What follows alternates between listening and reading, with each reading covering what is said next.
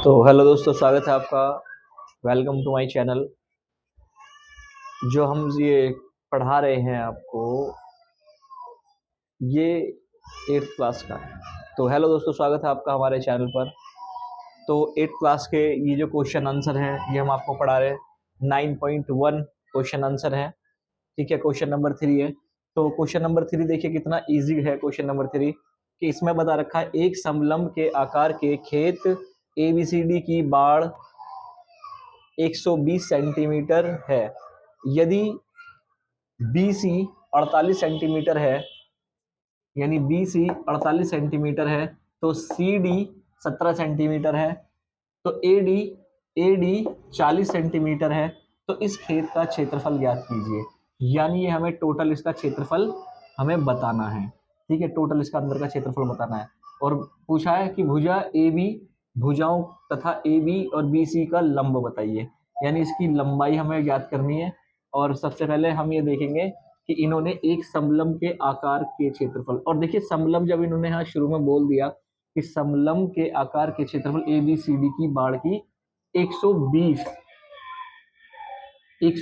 Metre है, तो इन्होंने टोटल बता दिया कि 120 मीटर जो इसकी बाड़ की किनारे किनारे है, परिमाप जो है वो कितना है, 120 है। ठीक है, 120 मीटर है। ठीक है, इन्होंने टोटल 120 बता दिया। अब इन्होंने कहा है कि आप इसका ये बताइए ये वाली लंबाई इसकी क्या होगी। तो हमें करना ही कुछ नहीं है, हमें तो बस इसे उठाना है तीनों को, है ना। इसे तीनों को उठा के जोड़ दो। ठीक है, चलो जोड़ते हैं। सबसे बड़ी संख्या पहले लिख लेते हैं। ठीक है, सबसे बड़ी ये लिख ली, फिर 40, फिर 17 जोड़ दिया। ठीक है, और जोड़ने के बाद 7 15 हासिल लगा 1। ठीक है, 4 5 6 6 और 4 10, 105। ठीक है, जब हमारे पास ये 105 आ गया, अब हमें क्या करना है, ये 120 लिखा हुआ है, 105 में से इसे घटा कर दो, क्योंकि टोटल तो ये दे ही रखा है। और ये वाला, क्योंकि पूरे में से अगर से हमें कुछ कम करना है, ठीक है, तो उसे हमें घटाना ही पड़ेगा। और जब उसकी दूसरी वाली स्ट्रेट लाइन आ जाती है, कोई भी चीज है वो आ जाती है। ठीक है, तो 105 लिखेंगे और मीटर लिखेंगे। ठीक है, तो इधर से देखिए घटा जब होती है तो कैसे होती है, इधर जब ये ऊपर 0 होता है तो ऊपर एक दे देते हैं हासिल, 10 में से 5 गया तो बचा 5। इधर से हमने एक हासिल इसे दिया था, यहाँ बचा 1, 1 का तो सीधा नीचे 1 आ गया, 1 में से 1 गया तो कुछ भी नहीं, तो यानी क्या आ गया 15। तो हम यहाँ लिख देंगे 15 मीटर। ठीक है, तो अब हमें ये चीज समझ में आ गई, जो इसका x था वो यहाँ लिख दो 15। ठीक है, कितना आ गया, 15 सेंटीमीटर। ठीक है, एक्स तो हम निकाल चुके हैं। ठीक है, इस तरीके से। और इसके और भी तरीके हैं इसे एक्स निकालने के। ठीक है, तो हमने यहाँ पर 15 लिख दिया। अब देखिए दूसरा इसने क्या पूछा है, दूसरा पूछा है इसने समलंब के चतुर्भुज का क्षेत्रफल ज्ञात करना है आपको। तो यहाँ कहीं दे रखा है इस खेत का क्षेत्रफल ज्ञात कीजिए। तो एक क्वेश्चन यहाँ से बन रहा है। ठीक है, इस खेत का क्षेत्रफल ज्ञात, और क्षेत्रफल का फॉर्मूला हमें पता है, समलंब का फॉर्मूला क्या होता है। क्योंकि अब देखिए टोटल हमारे सामने आ चुका है, तो फॉर्मूला लगाएंगे। फॉर्मूला क्या था, फॉर्मूला क्या था, यहाँ से उठाएंगे समलंब, समलंब चतुर्भुज का क्षेत्रफल। ठीक है, क्षेत्रफल फॉर्मूला 1/2, 1/2, फिर जमा, यहाँ पर हमें उठाना है इसकी एक लंबाई, फिर दूसरी लंबाई ये वाली, और फिर ये वाली। ठीक है, दोनों लंबाई हम उठा लेंगे। कितनी आ रही है, 40। आप चाहो तो 40 लिख लो। ठीक है, चाहो तो इनकी ऐसा लिख लो कि समांतर भुजाओं का योग। ठीक है, क्योंकि इनका योग ही एक तरीके से होता है, यानी जोड़। समांतर समांतर भुजाओं, समांतर भुजाओं, भुजा कह लो, लाइनें कह लो, समांतर भुजाओं का जोड़। ठीक है, जोड़, समांतर भुजाओं का जोड़। ठीक है, और फिर उसके बाद में जब ये ब्रैकेट इसे कर दोगे तो गुणा करके आ जाएगा इसकी ऊंचाई, यानी हाइट। ठीक है, हाइट लिख दो, ऊंचाई लिख दो, एक ही बात है। अब उसके बाद में इसका फॉर्मूला अब हम इसके आधार पे उतारते हैं। ठीक है, तो चलो उधार के देखते हैं। तो 1/2 लिखा हुआ है। ठीक है, अब इसका समांतर भुजाओं का योग क्या है, ये इनकी समांतर भुजाएं कहलाती हैं, आमने सामने वाली। ठीक है, ये दोस्तों हमें बेसिक में सिखाया जाता है कि समांतर चतुर्भुज कौन सा है, और समांतर जो इनकी जो भुजाएं हैं वो क्या कहलाती हैं, ABCD क्या है, तो ये सब हमें शुरू में हमें बताया जाता है।